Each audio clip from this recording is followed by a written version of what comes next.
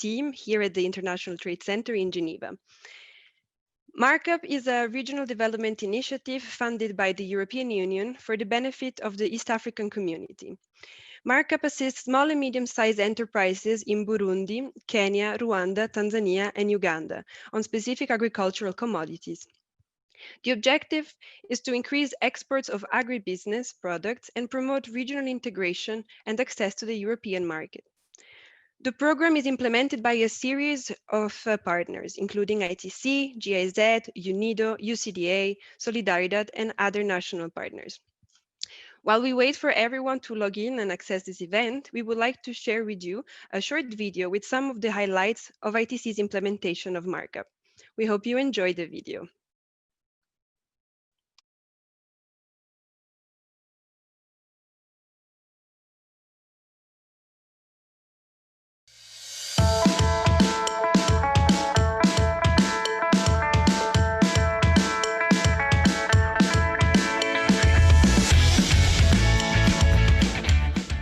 The MARKUP program have helped us a lot, mainly to set our business and do business as professionals. I had problems with the washed coffees that we were producing at the factory. So I made a phone call to Fred Mugera, who is a quality champion for the MARKUP training program. So I called him and asked him to give me a little bit of advice on how to improve the quality of the washed coffees that I was processing at the factory. He showed me the techniques that he was learning at the MARKUP program. My washed coffees improved. I now get 85 and above scores. Benefits of quality championship trainings in Tanzania by ITC are that we are getting now better results from our factories. We have improvements in our factories, and we have controlled our losses. We had the data written into the notebooks, but we are not utilizing that data. After the training of this MARKUP, we utilized the data doing the eye charts, and we came to realize where our problems are, and we rectified the problem. We have already reduced the loss from 12.5% down to nearly 2.5%. So that is nearly 10% gain, and this has helped us a lot, and that's like profit margins are going up, and also we are avoiding the wastage of work. We've had quality champions, a very impressive number. 23 of the quality champions selected from public and private sector have already been coached, mentored, and they are actually now coaching other SMEs, companies which want to look at exports to Europe, but also ESC countries. Through MARKUP, we are now able to assess finance, to look for different sources of finance as a cooperative, because we are lacking working capital for supporting our farmers and the cooperative at large. Today I managed to meet some of key buyers, and we did a very good discussion, and they agreed to buy more than 10 containers this year, which was like a big success for my business. Since we got involved with the MARKUP program, we have seen a lot of benefits through the MARKUP project. The Kenya Coffee Traders Association is now included in the National Trade Facilitation Committees. Je pense qu'avec ce programme de MARKUP, le suivi de MARKUP que nous sommes en train d'expérimenter maintenant, nous avons vu certains cadres, beaucoup de cadres faire des voyages au Burundi, nous proposer certaines formations dans différents aspects de l'industrie du café. Kwa kweli hapo nyuma ilikuwa tuna shida na soko letu la viungo vya mashambani kwetu. Ujio wa hiki kwa kweli, yani nimepata furaha kubwa sana, nimepata hisia nzuri sana. Basi wakulima wameona, kwa kweli tumeona raha sana kwa sababu bei ilikuwa ni nzuri. Kweli imepunguza kwa kiasi fulani ile fujo ya kwamba mtu hana matumaini kwamba labda nitapata fedha. Naomba Mungu ajalie kiwanda hichi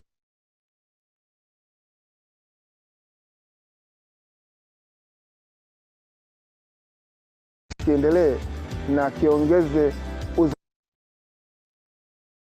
uzalishaji ili watu wengi waweze kuajiriwa au waweze kupata vibarua.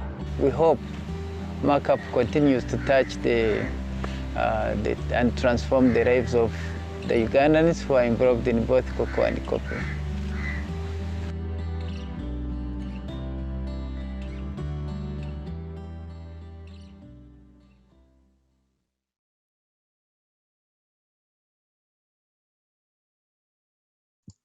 Great. So welcome once again, everyone, to today's event. Today we're celebrating International Coffee Day. This year, International Coffee Day is dedicated to celebrating the entire coffee ecosystem and its connections across the globe.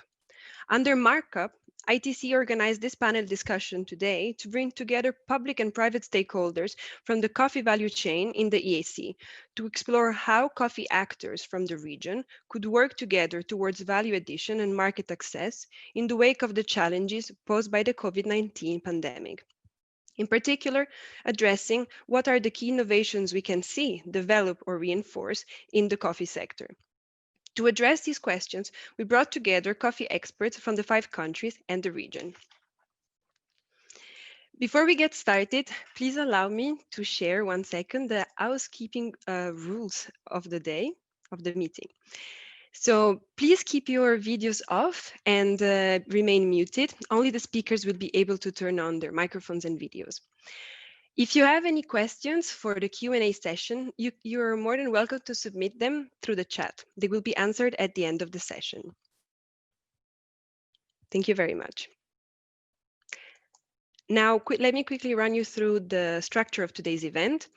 The event will last around 1 hour, and the agenda for today is the following.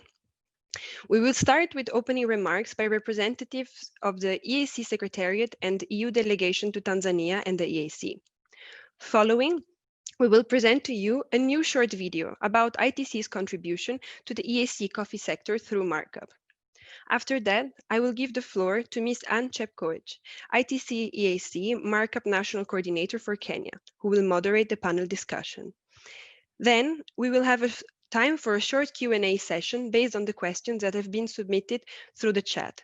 And finally, we will have some closing remarks from MARKUP's program manager here at ITC, Mr. Kevin Musa.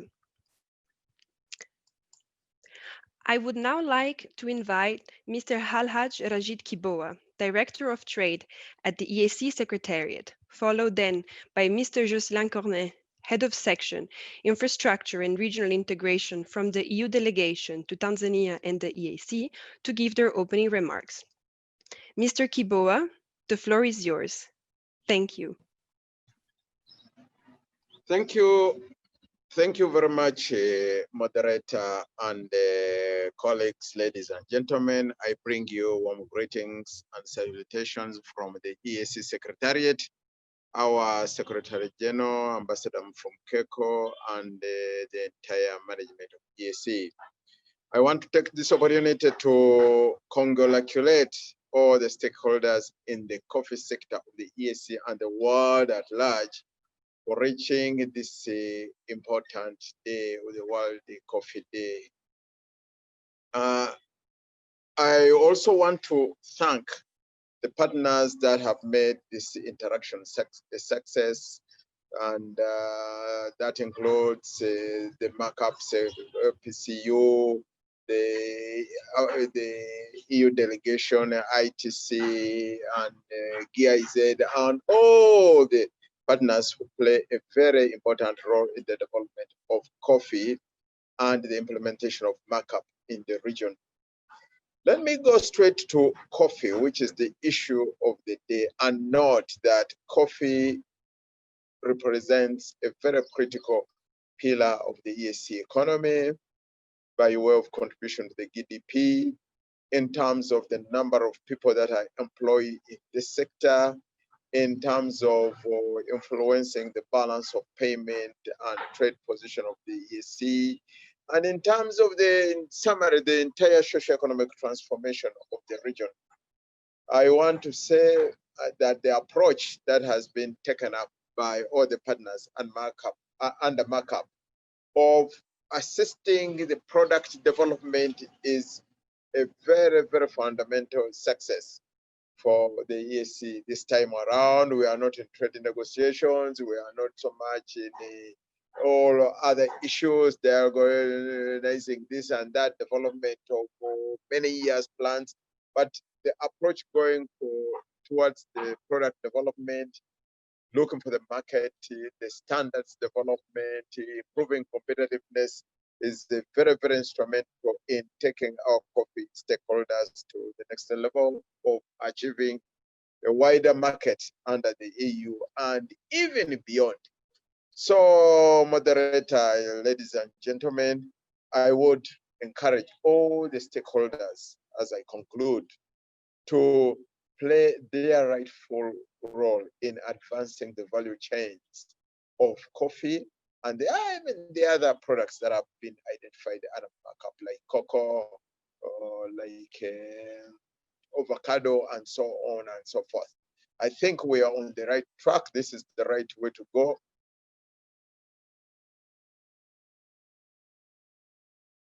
And I want to end by wishing you that this approach to export development and socio-economic transformation is the right way to go as an son, and I wish you very fruitful celebrations. Thank you.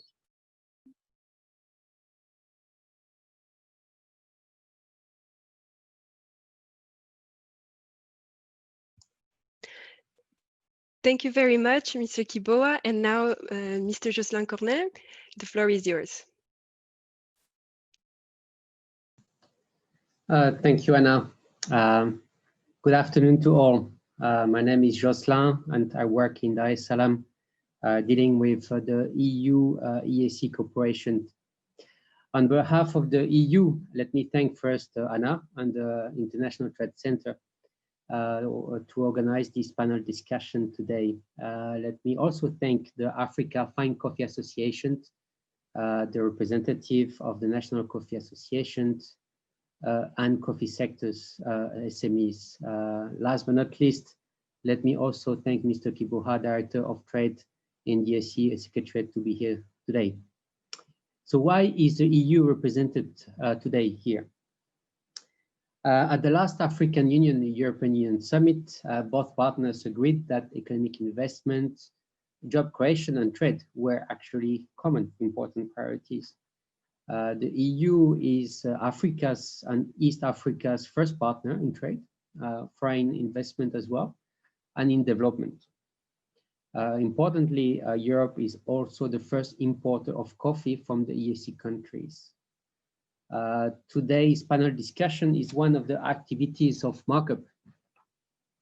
So MARKUP would like to increase the opportunities for EAC companies in Europe and other parts of the world to export as a destination market. So why do we support the coffee industry in the region? The EAC region produces some of the very best coffee beans in the world. Coffee is one of the major cash crops in the EAC, representing a significant share of total export value in each EAC country. I was surprised to see the latest figures, but it's very significant. The sector is also important in creating substantial employment and income generation opportunities for the farmers. But there are some limiting factors, like the dominance of small-scale farmers with associated low productivity, quality compliance issues, and limited value additions. Limited access to finance and lack of market access are also the main features of these weaknesses. The COVID-19 pandemic is likely to affect all stages of the coffee value chain, from farm operation and processing to logistics up to the final demand. We know already that some landlocked countries like Rwanda, Uganda, and Burundi have experienced some delays for trucks to reach regional seaports. While their demand increased initially, the negative growth forecast in final market economy risk to affect the coffee consumption, especially for the high-end segments, specialty coffee and certified sustainable coffees. Today's panel discussion will shed some light on the efforts already underway on what else can be done to face such challenges. So how do we support the coffee sector? Through the MARKUP program, we support harmonization of national standards and alignment to international standards. 3 regional coffee standards, green, roasted, and instant coffee, have already been reviewed, and it's a major achievement, thanks to all the partners that have actually managed to support these standards. And 3 new ones will be developed. Currently, only larger growers are aware of market requirements and have the capacity to invest. The program will strengthen SMEs' capacity, equipping businesses to access large, high-value markets like the EU. But how do we do this? So we do it through trainings. Coffee exporters and associations are trained in identifying and advocating for the removal of trade barriers, with the preparation of some trade obstacle papers that you can find online on the MARKUP website. And by organizing public-private dialogues to discuss the issues, we have organized the first ESC Coffee Business Forum in Mombasa in February 2020. I think that all the participants of today were in Mombasa. It was co-organized also with Africa Fine Coffee Association. The COVID-19 impact assessment was done with recommendation to some marketing and distribution changes. So maybe we will discuss it also today. We support also the SMEs export competitiveness. They are trained on compliance with mandatory requirements, voluntary standard certification. We cover also the value addition by focusing on improving post-harvest techniques, processing, packaging, and branding. There is also some trainings and coaching in access to finance.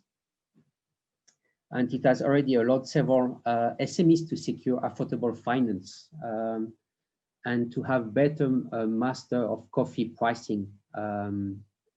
MARKUP also supports exporters to directly interface with potential buyers through business-to-business activities.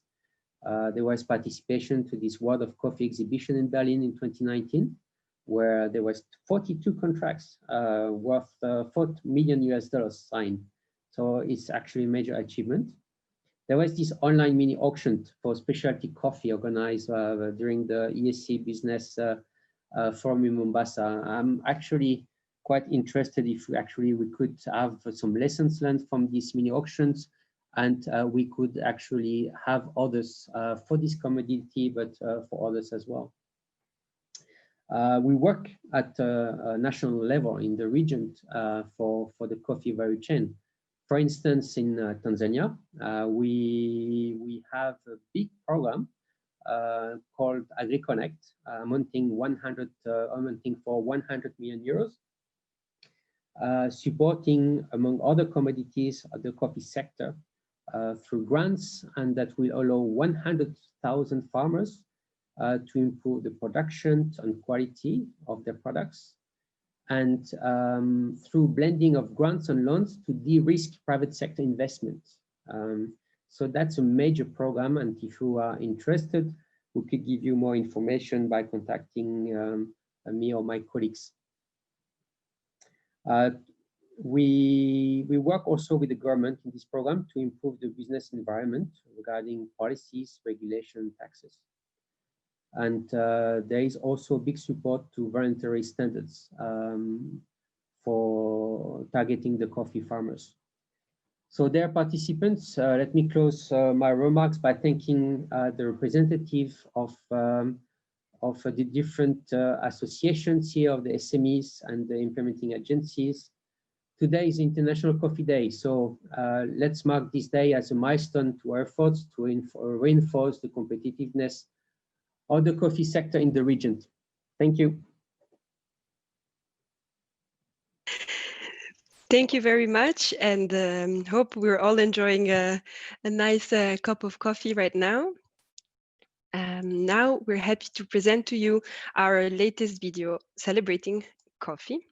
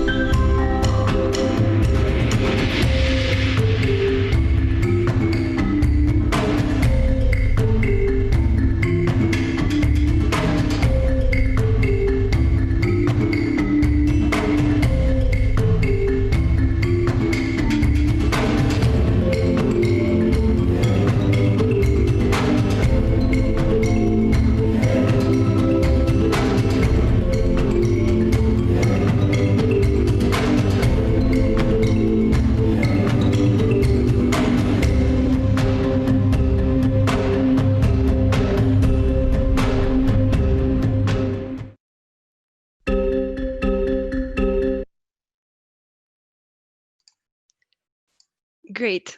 Thank you very much. And thank you very much, everyone, for the inspiring messages. And it is now my pleasure to give the floor to Ms. Anne Chepkoech to moderate the panel discussion. Anne, the floor is yours.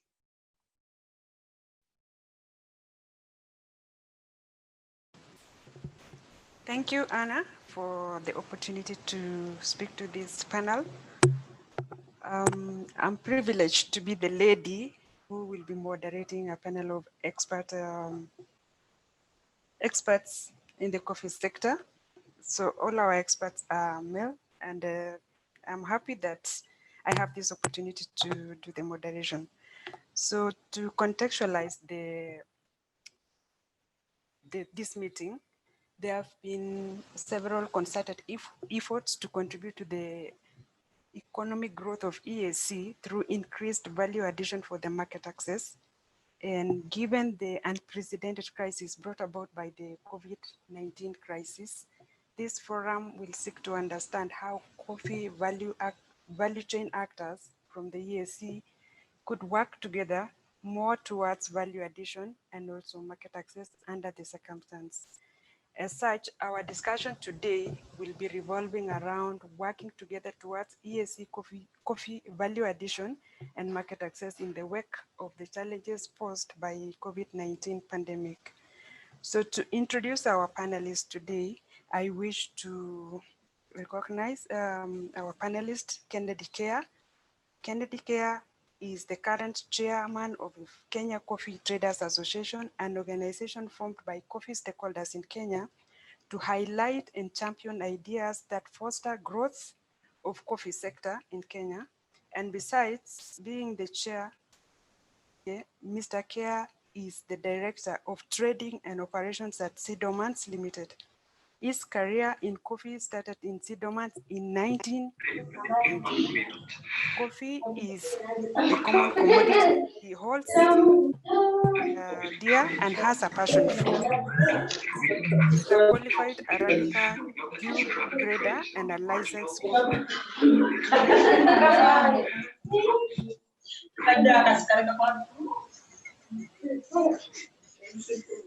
Sorry, there's a bit of a background noise.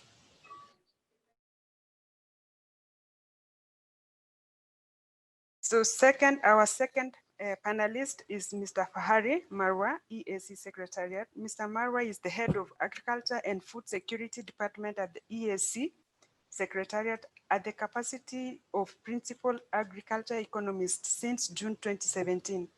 Prior to this, Mr. Marwa was the Principal Inspection Officer at the Tea Board of Tanzania and previously served as a program analyst at the Food and Agriculture Organization of the United Nations, FAO, representing the Tanzania office. His areas of specialization are in agricultural economics and agribusiness and agriculture extension and education. And he holds a Bachelor of Science in Agriculture, Education and Extension and a Master of Business from Sokoine University of Agriculture in Morogo, Tanzania. Our third panelist is Mr. Amir Hamsa. Amir Hamsa is the chair and CEO of Amir Hamsa Limited, which he owns with his family. His experience in coffee industry spans over 40 years and is committed to the development of the industry. The company has the largest and most modern state-of-the-art factory in East and Central Africa that produces spray-dried instant coffee. Mr. Hamza sits on AFCA's board as the chair of the Tanzania chapter. So amongst his previous appointment, Mr. Hamza has served as the chair of the Tanzania Coffee Board, chairman of Tanzania Coffee Association, and previously he was the vice chairman of Tanzania Chamber of Commerce, Industries and Agriculture in Kagera region. Our fourth panelist is Dr. Emmanuel. Dr. Emmanuel is the managing director of Uganda Coffee Development Authority, that is UCDA, and he is also the focal point person for MARKUP in Uganda. He is the chairman of National Coffee Platform in Uganda, and he also served as the chairman of Finance and Administration Coffee Committee and vice chair in the year 2017-2018. He joined UCDA in October 2016 after 6 years of working in the Office of the Prime Minister, where he coordinated EU-funded programs in northern Uganda and Karamoja. He previously worked in the Food Agriculture Organization, that is FAO, between 2008 and 2020, where he was involved in the promotion of new rice for Africa production in northern Uganda, and in the Association of Strengthening Agricultural Research in Eastern and Central Africa, in coordinating of research in agro, biodiversity, and biotechnology to support national agricultural research in institutes in 10 countries in East and Central Africa. He began his career in 1992 as a research officer at Kawanda Coffee Research Institute under the Coffee Research Unit, and he has over 18 experience in agriculture development. He possesses a PhD in crop science from Wageningen University, the Netherlands, and MBA from Uganda Matthias University. He has vast experience in agribusiness, strategic planning, and program management. Our fifth panelist is Nesto. Mr. Nesto is the head of Standards and Coffee Quality Assurance Department in Burundi Coffee Sector Development Office from the Ministry of Agriculture and Livestock since 2001. He specialized on promotion of agribusiness and rural development in Africa, in African countries, and he holds a degree in engineering in food science and technology from Burundi University Institute of Agriculture. Mr. Nzikie is an expert on management of good practices and manufacturing practices, in particular in the coffee sector. He studied and developed coffee export standard, worked on evaluation of coffee manufacturing standards, the constitution of database for coffee defects, and engaged in research on coffee quality. He is currently involved in coffee capping and quality controlling in Burundi and has worked on strategic policies to ensure coffee quality nationwide. He has served as Burundi Cup of Excellence Technical Coordinator, National Certification Master Trainer, Cup of Excellence Trainer, and Burundi Coffee Quality Ambassador. Our final, that is sixth and final panelist is Mr. Gilbert Gattarli from Rwanda. Gilbert has been in the coffee business for over 14 years and is currently the CEO of Roots Origin Limited, a coffee company that is also a cafe, all based in Rwanda. So prior to this venture, he was the managing director of Nor Limited, an integrated premier coffee export company in Rwanda. Gilbert also worked as managing director and one of the pioneers of creating a farmer-owned company in Rwanda called Rwashoshu Coffee Limited that specializes in producing and exporting Rwanda specialty coffees. His introduction to coffee business was through Sustainable Harvest, specialty coffee importer, as their East Africa manager. Gilbert was on board of Africa Fine Coffee Association representing Rwanda, and he is currently the chair of Coffee Exporters and Processors Association of Rwanda.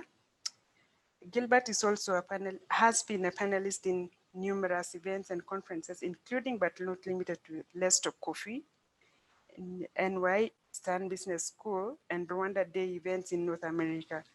Gilbert's academic background is in international development studies and anthropology from University of Toronto, and Gilbert has been featured on CNN discussing coffee in Rwanda. As you can all see, we have real experts with vast experience in the coffee sector. So to start our discussion, we will have a general question for which each expert will respond to, and then we'll have an individual question.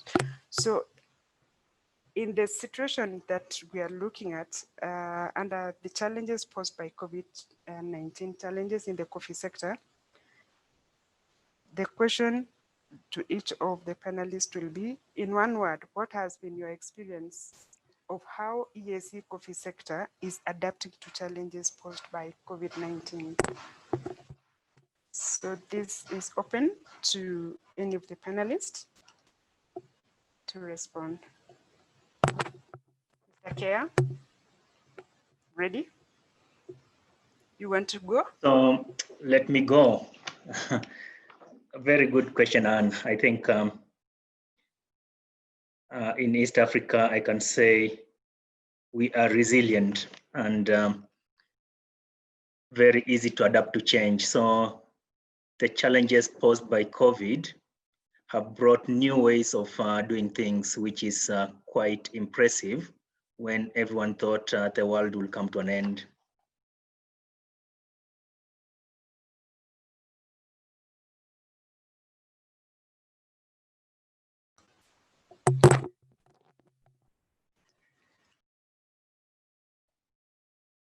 Yeah, are you done? Sorry, I lost my connection in a bit, but thank you. So would like to hear from Mr. Fahari Marwa. Thank you very much, Anne, and good morning, good afternoon, colleagues. I also concur with what Kennedy just said, that the COVID-19 have just brought actually it teaches us a lesson that we need to adjust or to look on the way we do business as usual when it comes to coffee business and other cash crops as well. Like at EAC, we now emphasize on the e-commerce, and it was very unfortunate that we did not have the framework on how to go about this. So now we are in a process to come up with the regional strategies on e-commerce. Thank you. Thank you, Mr. Marwa. We would like to hear from Mr. Amir, your response to this. Good afternoon, everybody. In Tanzania, we have been very lucky that the government has not put any lockdowns. So our business was as usual. Only for exports were hit badly because our importers in Europe were all under lockdown, and the consumer styles of consuming coffee had changed. So what we did in Tanzania, two, three things. One of them was travel. Travel was restricted, so we adapted to the digital meetings and digital negotiations, just e-commerce, the way my friend said. And also we have the harmonized standards within East Africa that helped us a lot. And together with this, in Tanzania, the marketing system was changed, and it was like blessings because we had bulk together. I mean, we had the volume of coffees from various farmers, various cooperative societies into main cooperative union. And when we were negotiating for the price or for sale of coffee, we were doing it in bulk, so the prices were better, and the farmers got a bit better price rather than getting a very low price compared to the situation of Corona worldwide.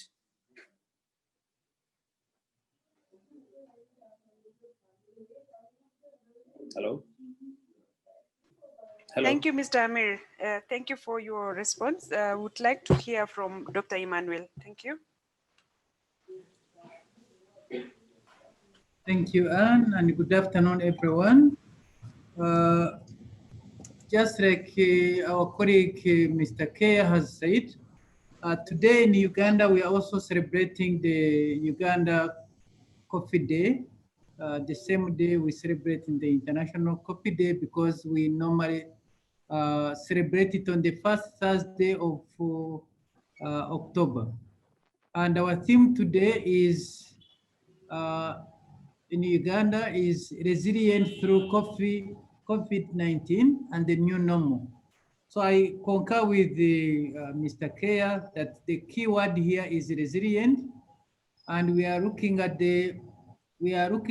COVID to be part of us, and in the near future, that's going to be part of our new normal. So with the restricted movement, we continue to go on with our businesses. We continue also to have restricted access to certain places where there is where we are likely to have more spreading of the disease, but also in terms of disinfecting our buildings, our premises, wearing masks, sanitizing, and using importantly the available technology through phone calls, applications for meetings, but also through emails. So it's, for us, it's a new normal, and the key word is that we need to coexist with the COVID. We have to be resilient as we go about our business. Thank you, Anne.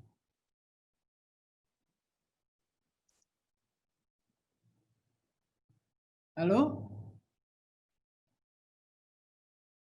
Sorry. Thank you, Dr. Emmanuel. We would like to hear a response from Nestor, Burundi.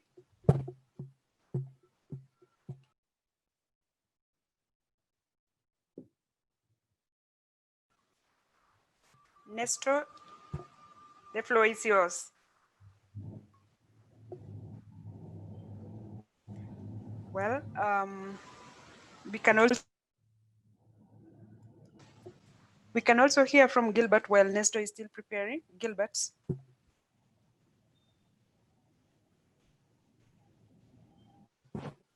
Gilbert, hello. The floor is yours. Yes. Karibu. Asante sana. Thank you very much, Anne, and thank you very much to everybody online. Happy International Coffee Day to all of you. It's hard to respond to your question, Anne, with one word. So I'll also maybe use the word adaptable to be the word that I would choose to showcase what the experience has been for us within the larger EAC context. I think that with this challenge for us, it has allowed us to dig deeper and find solutions that, that we probably wouldn't have thought about had we not experienced some of these challenges. So I think adaptable is probably what is the word that I would use to describe what this experience has been.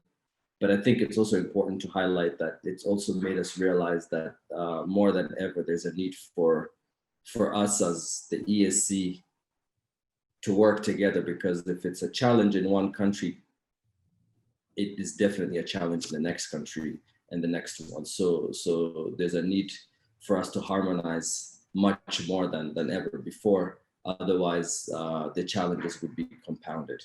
Thank you. Thank you. Thank you, Gilbert. Nestor lost his link, and I think I will give him an opportunity to respond to that question alongside his other question when he is able to connect. So without taking much more time, I would like to again just ask a question to each of the panelists, and my first question will go to Mr. Kennedy Care from Kenya. Mr. Kennedy, I wish to just bring out, we understand that Kenya is facing a highly evolving situation with new regulations and policies for the coffee industry, which have introduced new players and roles. How can the private sector engage the coffee sector regulator in the removal of non-technical measures or NTMs? Mr. Kennedy. Thank you, Anne. The situation in Kenya right now is there's so many proposals on the table. And this is where a lot of partnership is required to be able to chart the way forward that will be beneficial to all. And KCTA, as an organization representing farmers, has always supported government initiatives aimed at strengthening the coffee sector. We are aware of some weaknesses in the sector that can be dealt through regulatory and legislative changes. However, we feel there is a need for any change to be meaningful, to bring all stakeholders on a table for discussion. So it should be an all-inclusive approach, not just one side making a decision and imposing it on the rest, because that can bring chaos or maybe kill the sector. So private sector should be involved during every phase of maybe coming up with policies, because the private sector is in touch with the day-to-day realities of running a business. we know what the consuming world wants, and to some extent, we know what the farmers' anticipations are. So it should be an all-inclusive approach, not just one sector making their own decisions. And also, this will ensure policies or regulations put in place are met with a good embrace, and everyone is happy with the results that come out of such an initiative. At the same time, there is a need to interrogate weaknesses being faced in the sector and identify the root cause, and that will ensure policies that are being mooted or regulations that are being put in place are dealing adequately with the issues being faced by the sector. So the key word here is full participation of all involved in the value chain, straight from the farm up to the time it's in a cup that's being enjoyed by someone anywhere around the world. Thank you.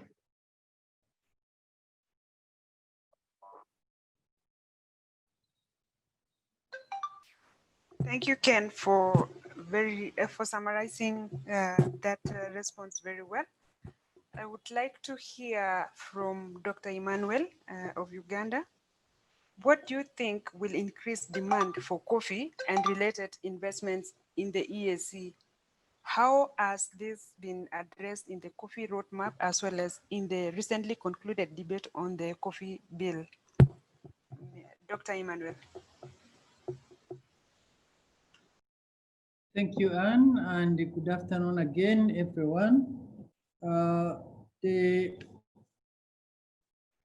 We are looking at the game changer in the coffee industry, and one of the ways we are looking at the game changer is especially when we are looking at increase in demand for coffee and related investments, is already what partly the markup component of the ITC implementation has been addressing, and we want to commend the work we are doing within the region.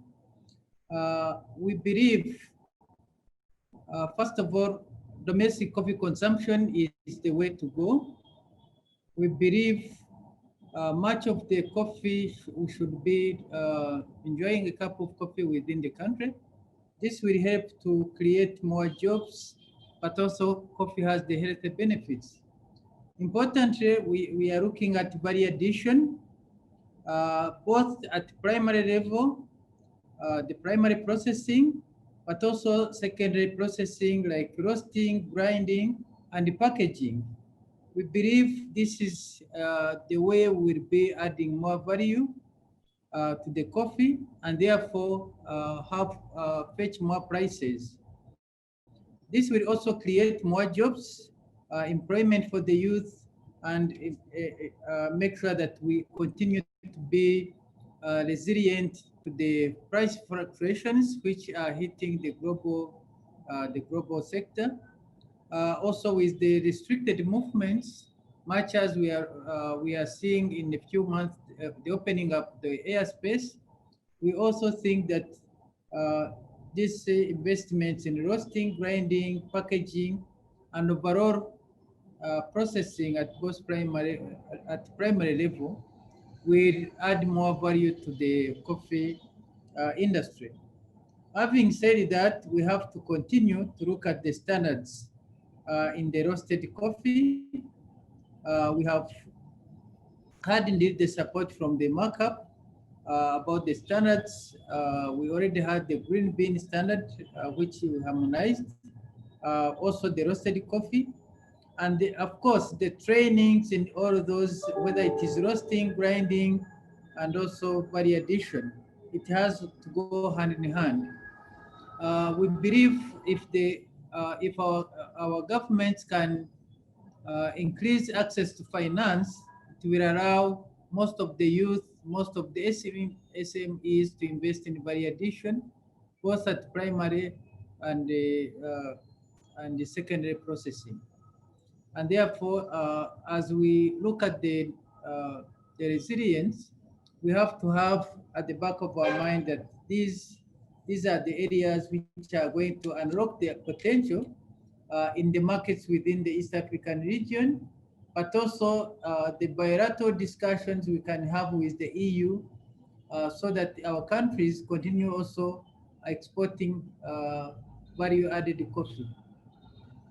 Back home in Uganda, we have addressed those issues within the coffee roadmap.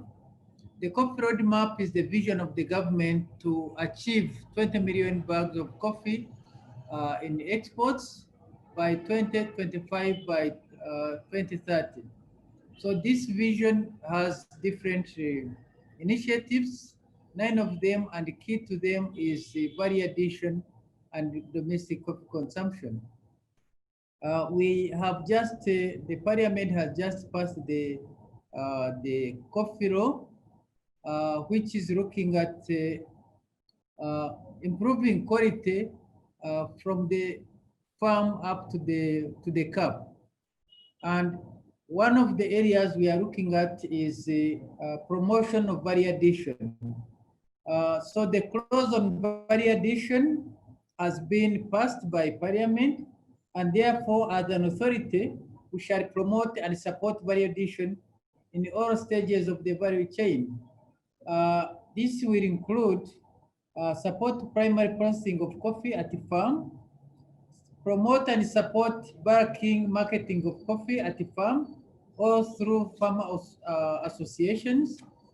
The law is also going to facilitate increased export of value-added products, promote and support roasting and packaging of coffee, build the capacity of coffee brewers and coffee roasters, promote and support coffee certification schemes like fair trade, like 4C, like organic schemes, and also promote support branding of coffee produced in Uganda.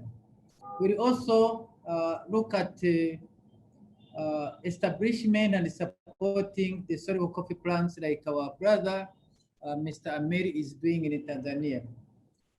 With domestic coffee consumption, UCDA will promote and support domestic coffee consumption through creating awareness and training about the health benefits of coffee, but also conduct behavioral change communications among the public to encourage drinking of coffee. We'll also build the capacity of the local roasters, coffee baristas, coffee brewers, and other stakeholders. And therefore, moving forward, we believe these measures will stabilize the prices, will allow our own farmers, the youth, the other stakeholders who are involved in the coffee value chain to make value of the investment. I thank you, Anne.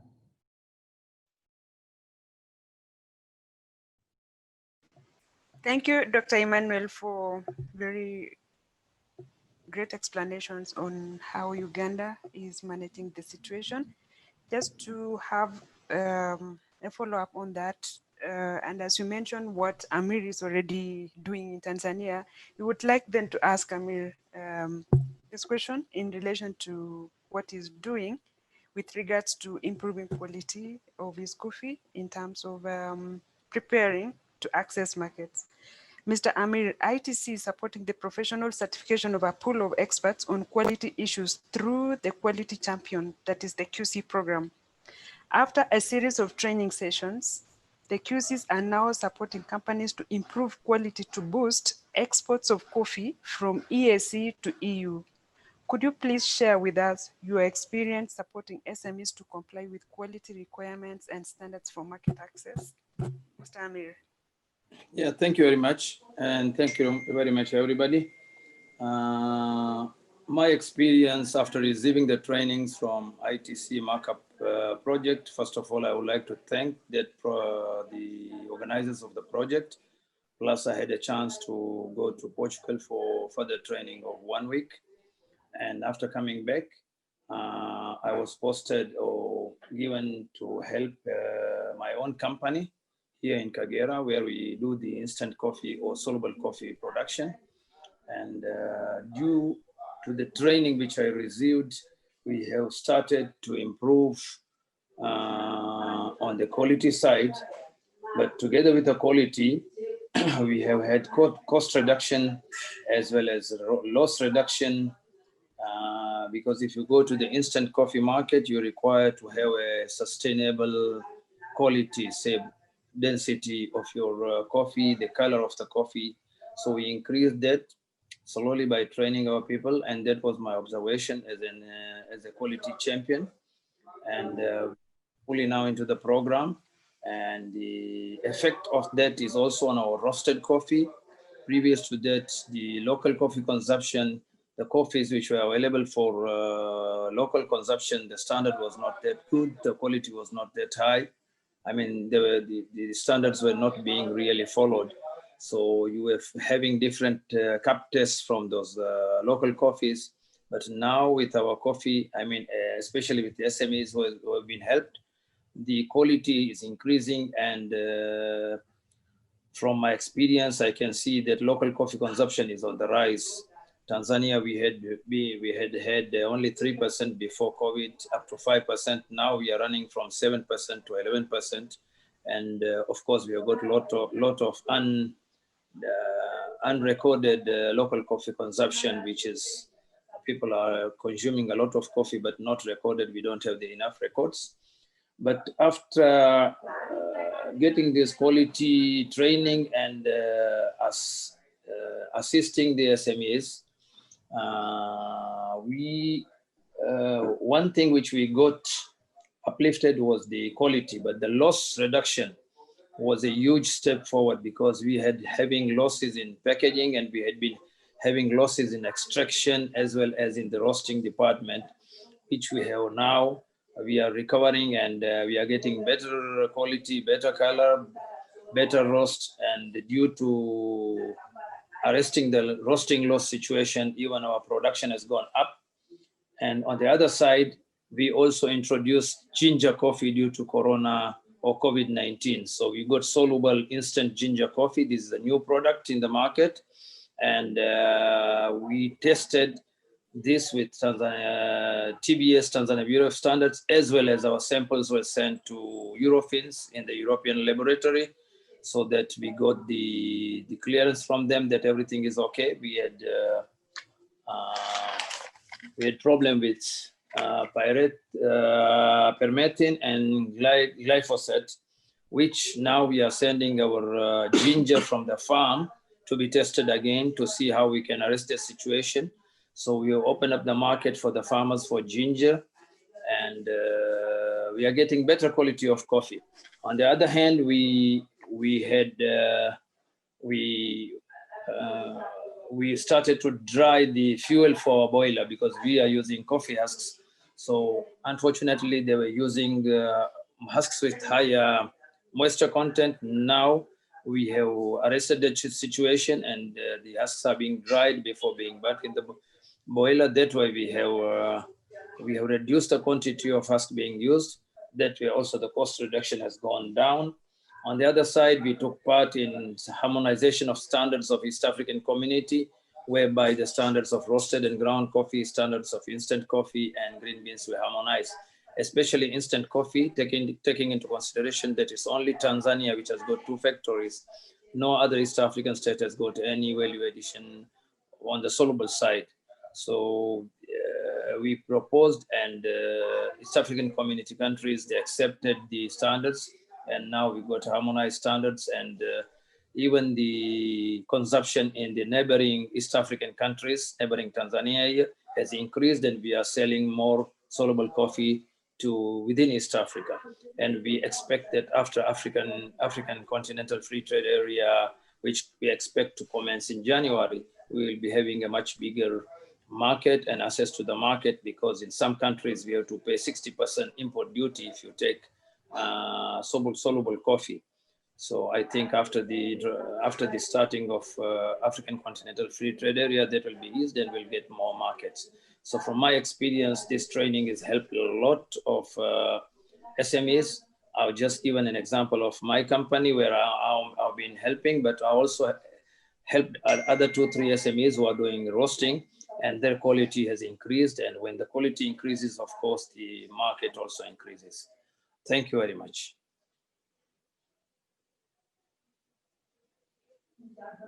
Hello. Thank you very much, Mr. Amir, for very well explained,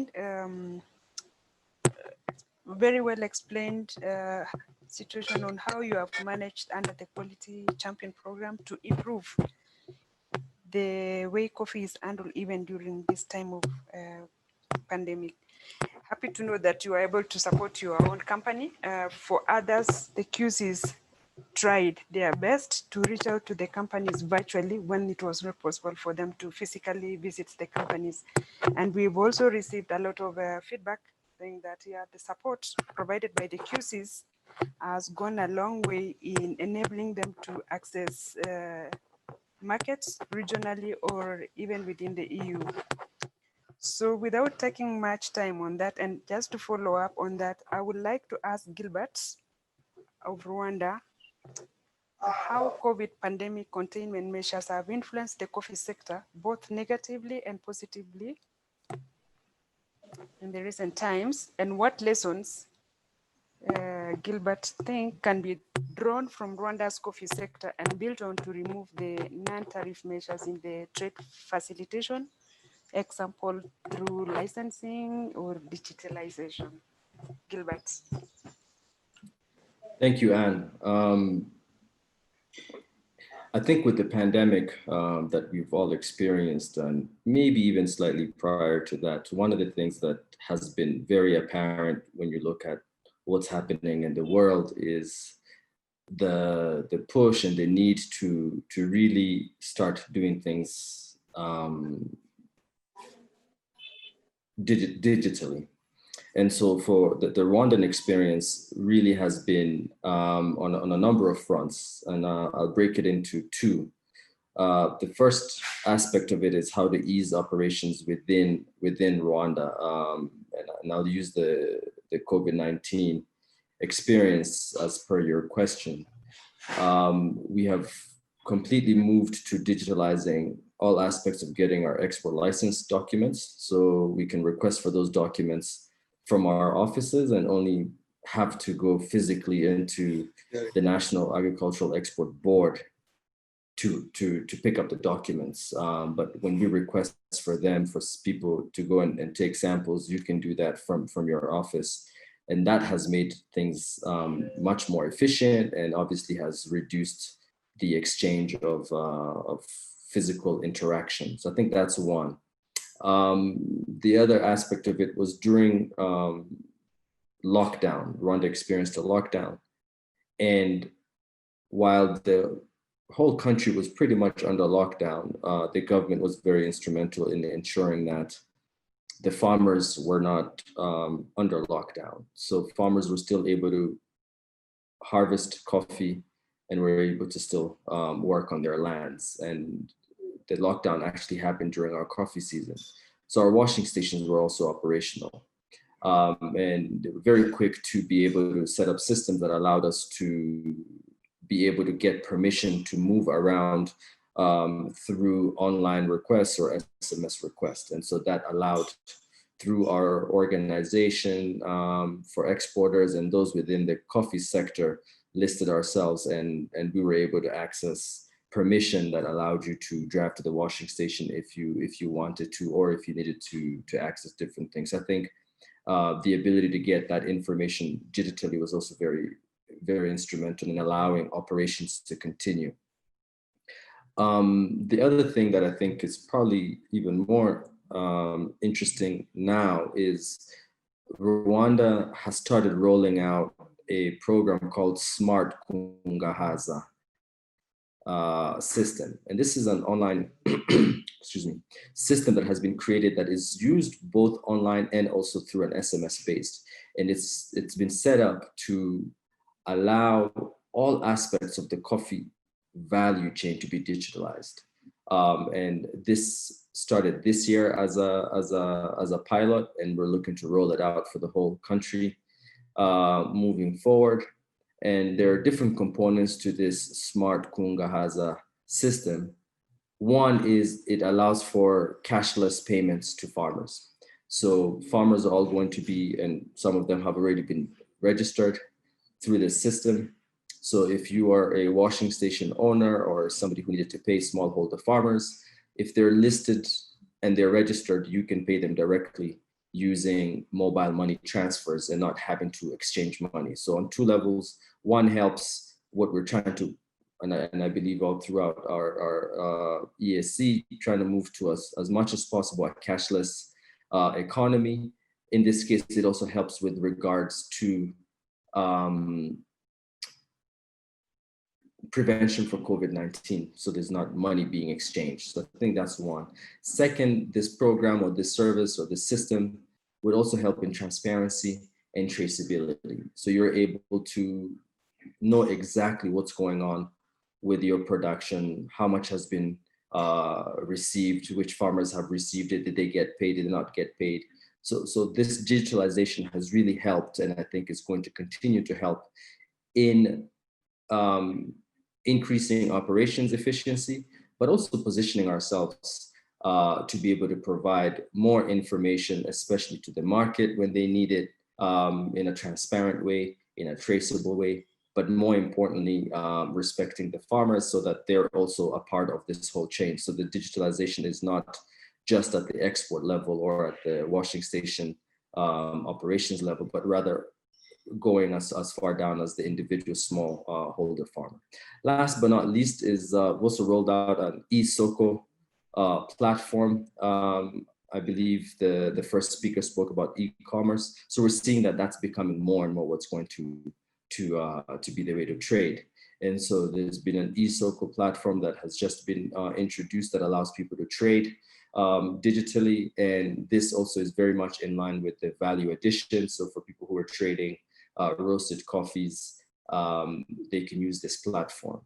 So I think these are some of the things that that I just wanted to highlight, obviously not limited to this, given our limitation on time, but these are some of the major highlights that that I wanted to mention that have come out of us as a country, us as an association, to look for solutions from within and be adaptable to the changes that we're all experiencing through this time.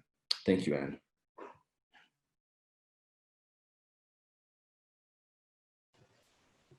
Thank you, Gilbert. Wow, that is really a lot of adaptation that you have achieved in Rwanda, for which I think within the region we can borrow a lot of learnings from you. And as well, also from what we've been able to do even under this situation. Happy to learn that there is a lot of progress towards cashless payments, digitalizing trading, for which even under ITC program, we have also tried and tested going virtual trade fair, which we in our own way considered was really successful based on the feedback that came from the exporters who participated in the live virtual trading. So just to, you know, build on and share experiences from your end, we would like to, if Nestor is back in the meeting, I would like to ask him what key areas of support that coffee SMEs in Burundi need to thrive during this time of COVID, for which we can also borrow experiences from the rest of the ESC partner states. Nestor, if you're back, please, the floor is yours.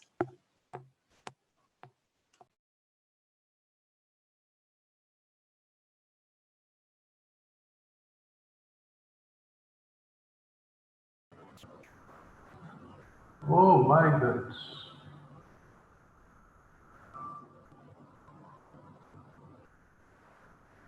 Nestor? Yeah. Are you hearing me? There is an issue of connection, but I can try. Yeah, please do go ahead. We can hear you well. Yeah. Thank you. Thank you. So So I'm Nesta from Burundi, and I'm working in a coffee boat. Hello? Hello? Yes, go ahead, Nestor. We hear you. You can hear me now? Yes, we hear you. Go ahead. So I'm saying that I'm Nesta from Burundi.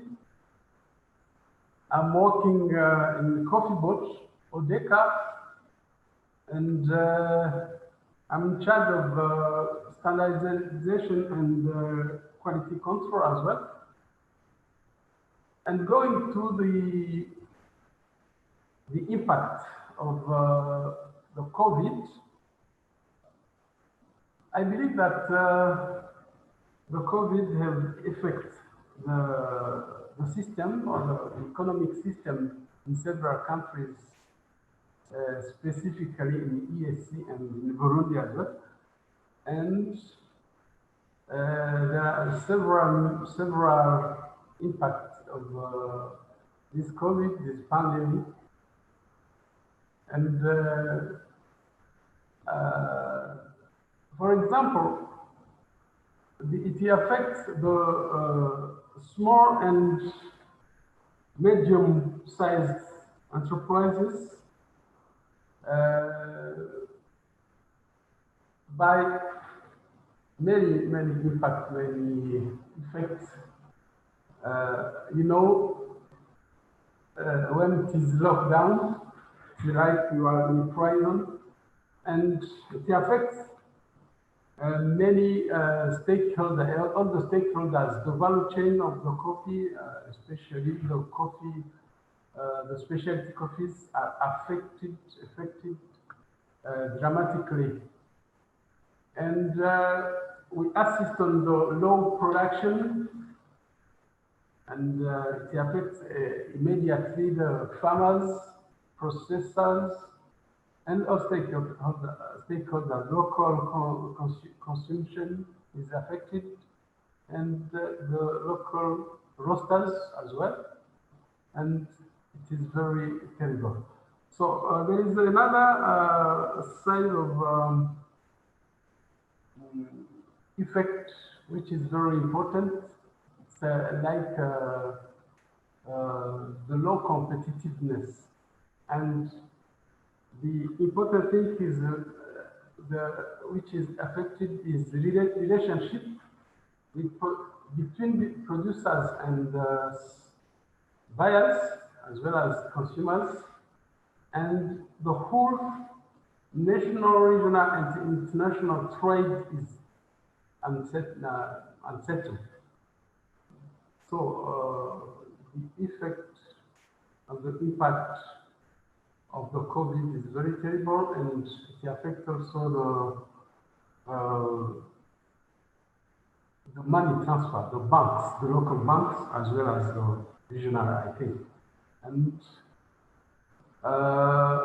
how and who can do something? My suggestion is that the important thing is the gathering all stakeholders, international as well as international, and in Burundi we hope that we believe that gathering all stakeholders, producers, processors, traders, buyers, consumers, researchers, and the government as well, because there must be the commitment of the government to address this COVID and improve our production as well as our trade in terms of getting income, because the small and medium enterprises constitute a vital engine in several countries, especially and specifically in Burundi. So the government, the role of government is very important and must be highlighted.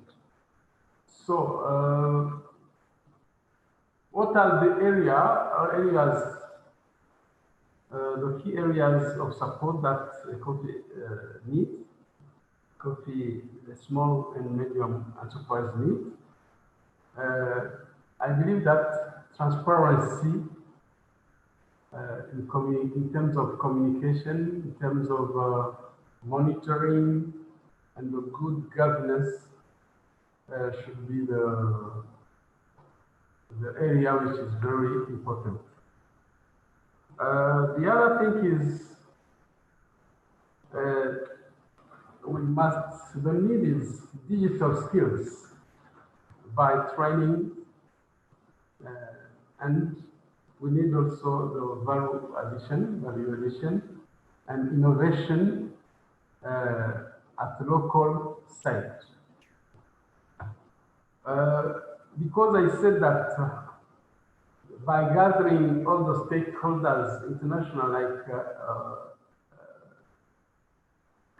regional or national ones, I think MARKUP also program should improve some innovation, some trainings, to provide some certification system, because there is the cost of certification systems in local system for farmers is very, the certification is very costly, so that it is difficult to achieve because of the cost.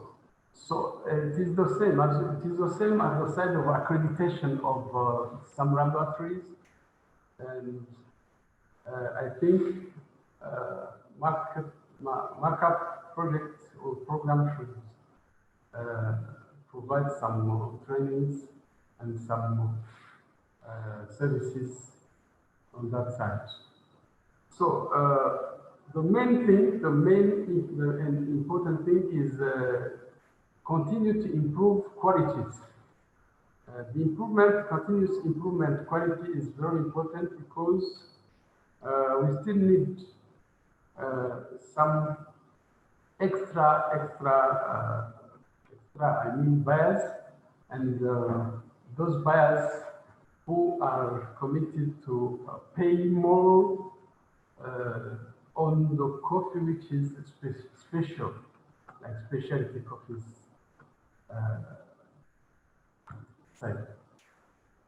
And the other thing is which is also very important, is sustainability, to construct, to make sustainability in the whole system. So if buyers and producers are getting something like an understanding, memorandum of understanding in terms of production and quality consistency, I think even the income, even the improvement should be seen at the end of the production. So that kind of sustainability should be also important for getting some consistent market, and I come back to the transparency and confidentiality, and that is very important to get consistent market for a consistent product. So by the research and the people who are involved in the system, who have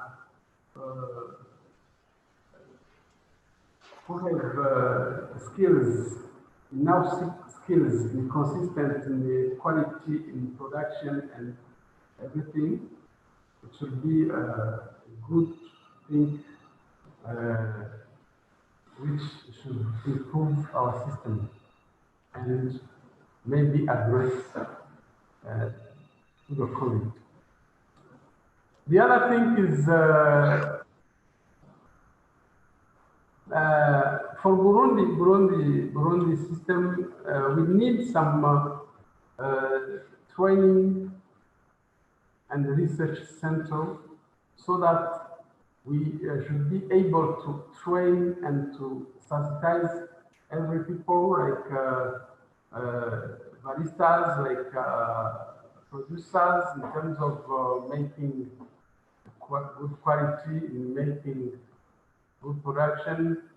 And it should be very important if the MARKUP program should provide some equipment, some needs in terms of construct or make the National Training Center. And the other important thing to improve is local consumption. The local consumption promotion is very important because when we are facing the COVID, this pandemic one,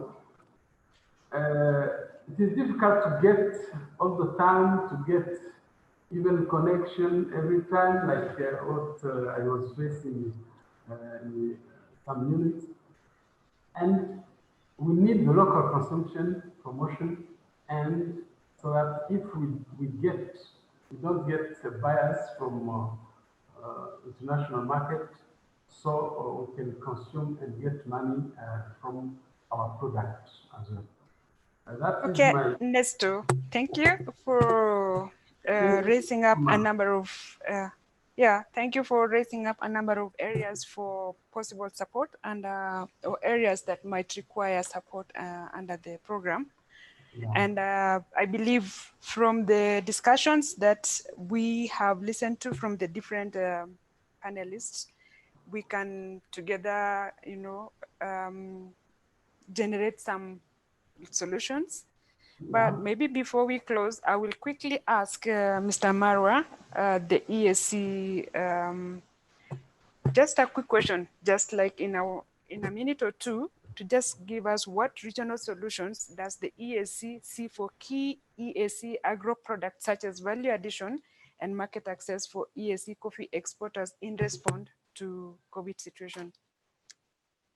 Quick summary, seeing that we have gone past our time. Mr. Marwa. Thanks very much, Annie, for the question.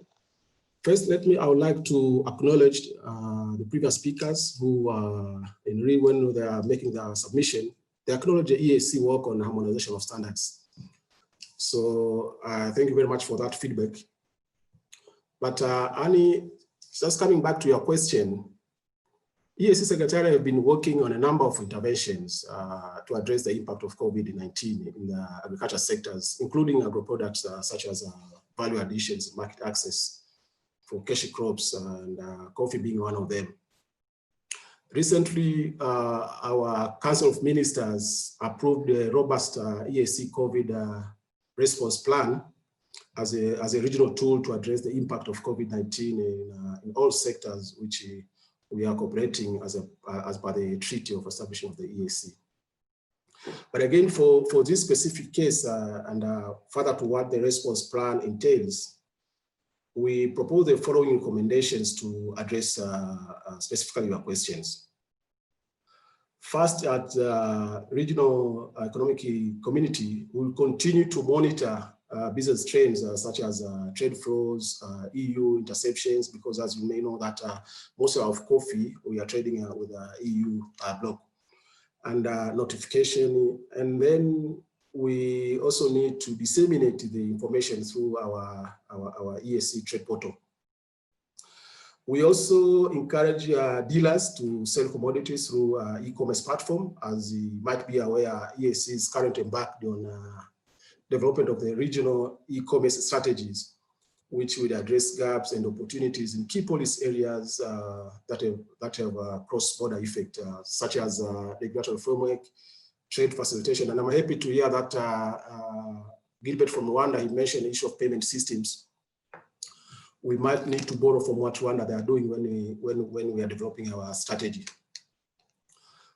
We have already started the groundwork for developing these strategies, and with a support from TIMEA, Trademark East African, we managed to conduct a comprehensive assessment of cross-border e-commerce that covering the e-commerce ecosystem in all partner states. The main objective of this assessment was to provide detailed information on the current e-commerce landscape in the region. So what are the challenges, what are the opportunities, and to propose, so that we propose a recommendation to boost the cross-border e-commerce in the region. But further to this, Annie, we also receive support from MARKUP that, of course, we managed to start negotiations leading to develop of regional virtual coffee auction. So in a few months to come, or years to come, we will have our regional virtual coffee auction, so that traders will not have to go physically to the auction in Moshi or elsewhere. So that we thought that it was also going to facilitate the e-commerce initiative. But again, you can all agree with me that the correct interpretation of market information is also crucial when it comes to business, especially during this time of COVID. Thus, we recommend that the tailor-made training to dealers should be conducted to build their capacity to correctly interpret market information and take appropriate mitigation measure when it's required. Lastly, but not for the importance, we think there's still a need to develop what we call a digital distance training tools. And these tools should be developed in very simple languages. We propose we have tools in English, Swahili, and also French for our brothers in Burundi. This will first, then after having these tools, we also need to facilitate their dissemination, so that all the players will easily understand all the requirements when it comes to business during the COVID era. And I think if we manage to implement all those measures which I've mentioned, I think SMEs can be assisted to cope with the COVID-19 impact, and so that we also facilitate the business from one country to another in the region and outside the region. Thank you, Annie. I submit. Thank you, Mr. Mara, for summarizing really and capturing all the points that responds to some of the questions which have been raised. Without taking much time, I would like that we have a quick question and answer session, or an open panel session, and I will hand over this session now to my colleague, Anna Zampa, to take the floor. Over to you, Anna. Thank you very much, Anne, and thank you everyone for the great contributions in the panel session. It was a very engaging conversation, and it was great to see so many connections amongst the different countries and the different experiences. Since we're running late, very, very late, I would like to thank all the participants for submitting their questions on the chat. I saw some already responded to the questions over the chat. So I will only select randomly the first, actually, yeah, let me pick amongst the first three questions. We'll just select two, and then I will propose it to the floor of panelists, and they can decide amongst themselves who will answer, if that is in order. So the first question is Dr. Ian Mulemye stated that the future is in domestic coffee consumption. Does the EU, through MARKUP, support this? Is the EU's focus to increase quantity for its own imports? And maybe here we can ask Dr. Ian Mulemye if he would like to answer about his current experience within the MARKUP program, in particular to the support of domestic consumption. Thank you.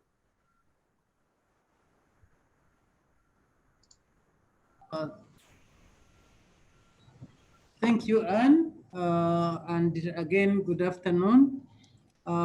Yes, we have had very good experience here in Uganda.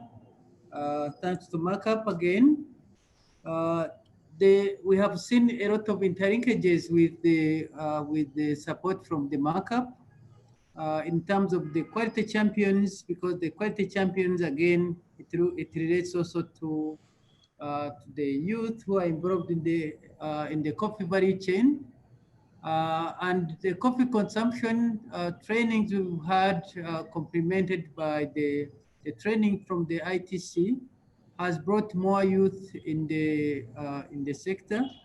We see a lot of interest from the sector, and the financing component from our government side. We are seeing many youth now investing in the cafes, taking up being a barista as a career. The coffee champions have actually been very instrumental. One of them got the support from the ITC and went to UK for an exhibition, and is already in roasting.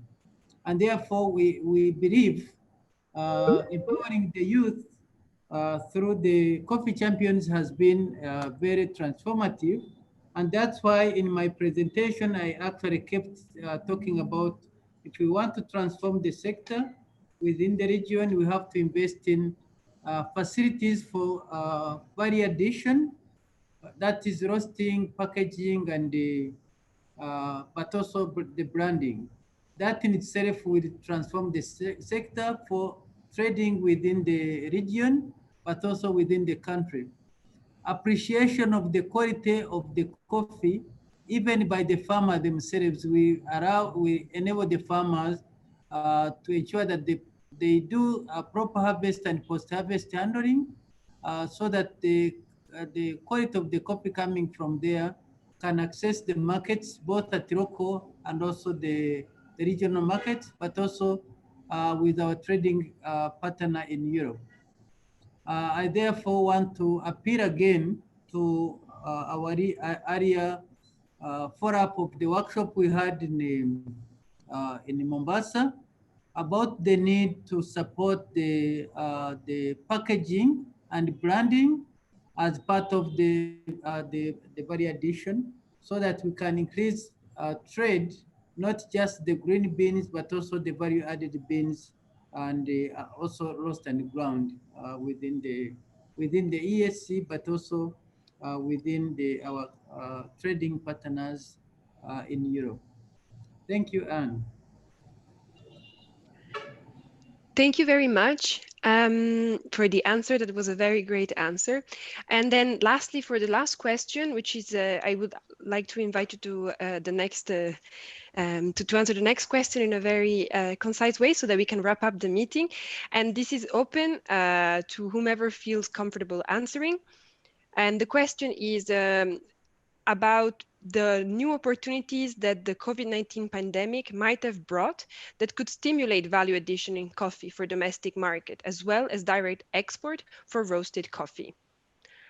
I would like to invite the panelists who feels like they would like to answer this question.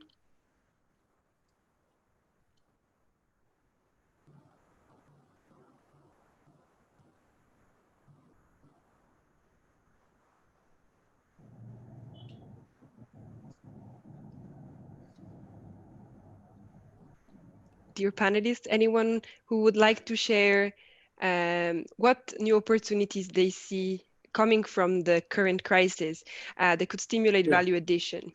Thank you. Yeah. Yes, I can. Can I speak? Please, please. Yeah. Yeah, I can see that there are more opportunities due to COVID-19. One of them is especially the belief among the people that consuming coffee with certain local crops, I mean local herbs, assist in safeguarding yourself against COVID-19. And most of the Tanzanians used a lot of ginger and spices mixed with coffee during the COVID-19. So I see there are still big opportunities due to COVID-19 in the local consumption. The second thing is better hygienic conditions due to COVID-19. You'll find better coffee shops have started to mushroom up. If you go to Dar es Salaam on the Haile Selassie Street, there's one live example. Before a year, you had only 2 coffee shops there. Today, you can find nearly 10 coffee shops, which are Western styled, better coffee shops. And also the quality of coffee has been on increase. One of the credit goes to the markup trainings, because you find even the roasters are now selling better coffees, especially specialty coffees. And then the competition among the SMEs has started, because if one company or one person sells better coffee, you find the second one trying to sell, compete with the quality and sell better coffee. So that is also another chance of selling more local, more coffee into the local coffee consumption. But also, I think due to the COVID-19, in certain countries, you have lockdowns and you lack the manpower to do packaging and roasting. So you find importers would like to import ready roasted coffees according to their standards. And that can be another opportunity as per my thoughts. Thank you very much. Hello. Thank you very much. This was a very, very nice way, I guess, to also wrap up our discussion, looking with the optimism at how this crisis is a challenge and can bring things forward. I would now like to once again thank you all, and then to pass the floor to Mr. Kevin Musa for the closing remarks. Kevin, the floor is yours. And just before you wrap up, I actually wanted to bring in perspective some very important aspects we are seeing coming up, especially on the domestic coffee consumption front.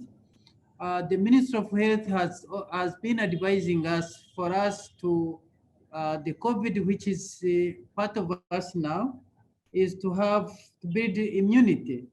And the coffee, the more we do sensitization that coffee is a healthy food that will build our immunity, the more we will get more people to drink coffee. We see many people are now looking at the treatments, but investing in healthy food that is going to build the immunity. And therefore, I think it's an opportunity for us that has come with the COVID, that we sensitize the healthy benefits of coffee, so that more and more people can embrace drinking coffee domestically and within the region. But also the opportunity that comes out now with the restricted movement, we see more online trading, home delivery of the foods, and therefore with the value addition, roasting and packaging, this is an opportunity where we see the youth and the other people who can use online platforms coming in to promote domestic coffee consumption through the value addition, the roasting, grinding, and delivery for the consumer. Of course, plus what Mr. Amir has mentioned about the good cafes coming up with the which is with a lot of sanitization, with a lot of improve the kind of infrastructure so that we can attract some customers who can move in coffee consumption. Thank you. Thank you. Thank you very much for the contribution. Kevin, please, for the closing remarks. Thank you.